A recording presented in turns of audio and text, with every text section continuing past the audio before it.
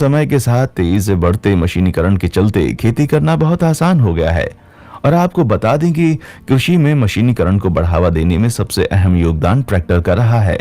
खेत बनाने से लेकर फसल की थ्रेशिंग और गोदामों तक सामान पहुंचाने का काम सब ट्रैक्टर के जरिए होता है।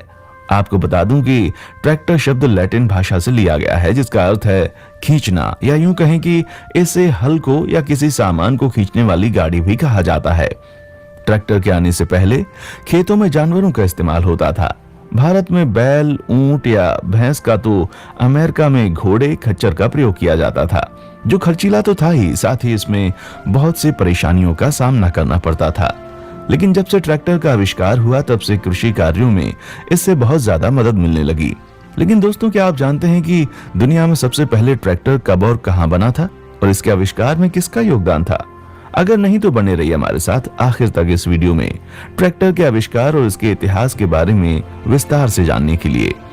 जो लोग तकनीक के इतिहास को जानने समझने का प्रयास करते हैं वे जानते होंगे कि तकनीक का विकास अचानक नहीं होता, बल्कि एक स्टेज से दूसरे स्टेज की तरफ विकास की प्रक्रिया निरंतर चलती रहती है। यही प्रतिक्रिया ट्रैक्टर के साथ भी थी। आपको बता दें कि सबसे पहले शक्ति चलित यानी खुद से गति पैदा करके चलने वाला कृषि उपकरण 19वीं शताब्दी के आरंभ में बना। इस वाहन से पहियों पर एक भाप इंजन लगा हुआ करता था, जो कि एक बेल्ट की सहायता से इस कृषि वाहन को चलाता था। आपको बता दें कि कृषि उद्देश्यों के लिए उपयोग किए जाने वाले पहले भाप इंजन से चलने वाले इस कृषि वाहन का आविष्कार 1812 में रिचर्ड ट्रेविथिक ने किया और इसे उस समय बॉर्न इंजन के रूप में जाना जाने लगा। बॉर्न इंजन का उपयोग मुख्य रूप से मकई निकालने की मशीन को चलाने के लिए किया जाता था। आपको बता दें कि रिचर्ड ट्रेविथिक अपने समय में एक कामयाब इंजीनियर थे, जिन्होंने रेल के आविष्कार में भी अपना प्रमुख योगदान दिया था। तो डिस्क्रिप्शन में मैं लिंक दे रहा हूं, वहां पर जाकर आप रेलगाड़ी के इतिहास की पूरी वीडियो देख सकते हैं। फिर जैसे जैसे समय बीतता गया वैसे वैसे भाप ट्रैक्टर में कई तरह के विकास किए गए। भाप ट्रैक्टर में कुछ विकास होने के बाद इसका इस्तेमाल खेत को तैयार करने, बीज बोने और फसल काटने के लिए किया जाने लगा। परंतु इस समय तक कृषि के लिए भाप ट्रैक्टर उपयोगी सिद्ध नहीं हो सका था, क्योंकि ये अब भी बहुत ही धीरा चलता था। इसके अतिरिक्त ये काफी महंगा भी था, जिसे उस समय के किसानों द्वारा खरीदना नामुमकिन था। और इसके बॉयलर की बनावट भी बिल्कुल अलग थी, जिसमें सिर्फ एक चिंगारी से आग लगने का खतरा था। फिर सन 1849 में जन्मे बेंजामिन लेरॉय हॉल्ट ने भी ट्रैक्टर के आविष्कार में अपना प्रमुख योगदान दिया।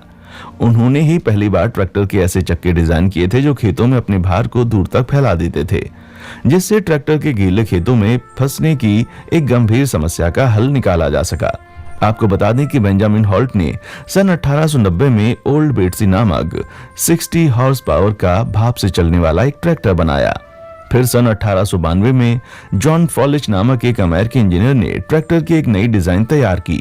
उन्होंने भाप के इंजन के रनिंग गियर पर एक सिलेंडर ईंधन वाले इंजन को लगाकर एक अल्प विकसित ट्रैक्टर बनाया, जिसे सुरक्षित रूप से लगभग 3 मील प्रति घंटे की रफ्तार से चलाया जा सकता था। इस प्रकार फोलिच ने इसके डिजाइन को और भी बेहतर बनाया और पहला गैसोलीन यानी पेट्रोल से चलने वाला ट्रैक्टर का आविष्कार किया।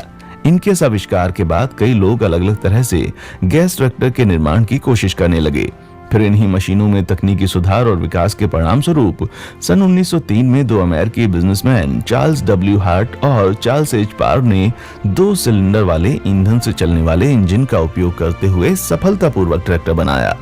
आपको बता दें कि भाप इंजन के आविष्कार के बाद कई प्रकार के वाहनों को बनाने में सिर्फ कुछ ही लोग हाथ आजमा रहे थे, लेकिन समय के साथ पेट्रोल और डीजल इंजन के आविष्कार के बाद बहुत से इंजीनियर और अमीर व्यापारी अलग अलग तरह के वाहनों को बनाने में जुट गए थे, ताकि उससे अच्छा मुनाफा कमाया जा सके।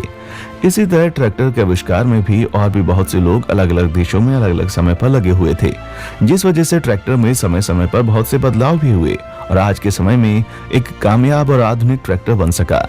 लेकिन इतिहास में ट्रैक्टर के आविष्कार में सिर्फ कुछ ही लोगों का नाम आता है। आपको बता दें कि ट्रैक्टर के आविष्कार के बाद इन कृषि कार्यों में जमकर प्रयोग हुआ 1916 से 1922 के बीच 100 से अधिक कंपनियां कृषि उपयोग के लिए कृषि ट्रैक्टर का उत्पादन करने लगीं। आपको बता दें कि दे जॉन डियर ने सबसे पहले 1837 में पहला स्टील का हल बनाया और 1927 तक उनकी कंपनी ने पहले ट्रैक्टर और स्टील के हल एक साथ तैयार किए, जिसका उपयोग उत्पादकता बढ़ाने के साथ साथ खेतों को 3 पंक्तियों में जोतने के लिए किया गया। 1930 के दशक तक ट्रैक्टरों में स्टील के पहिए होते थे, लेकिन इसके बाद इसमें रबड़ के पहिए लगाए गए। इसके बाद जॉन डियर कंपनी ने ट्रैक्टर के नए मॉडल आर को पेश किया, जिसकी शक्ति 60 हॉर्स पावर से अधिक थी और साथ ही ये पहला डीजल ट्रैक्टर था। ट्रैक्टर का विकास 1966 तक जारी रहा और समय के साथ नई कंपनियां बाजार में और भी आधुनिकीकरण के साथ आती रही। इतिहास आजादी के पहले और आजादी के कुछ दिनों बाद तक भी भारत में ट्रैक्टर केवल बड़े राजघराने और जागीरदारों तक ही सीमित था। उस समय भारत में ट्रैक्टर का निर्माण नहीं होता था, मुख्य रूप से रूस से ट्रैक्टर का आयात होता था। लेकिन भारत में हरित क्रांति के साथ कई ट्रैक्टर कंपनीज आईं और ट्रैक्टर उद्योग बड़ी तेजी से बढ़ा। भारत में ट्रैक्टर उद्योग की आज की बड़ी कंपनियां आयशर, टेफे, एस्कॉर्ट और महिंद्रा 60 के दशक में आ गई थीं। इस समय तक हरित क्रांति के चलते सरकारें भी कृषि के मशीनीकरण में सहयोग करते हुए विदेशी ट्रैक्टर निर्माताओं को अधिक अवसर प्रदान करने लगी थीं, जिस वजह से ट्रैक्टर का निर्माण भारत में 50 और 60 के दशक में तेजी से होने लगा था। इसके बाद भारत में 80 के दशक में ट्रैक्टर उद्योग में बड़े बदलाव आए और दशक के अंत तक 1,40,000 यूनिट प्रति वर्ष का उत्पादन भारत में होने लगा।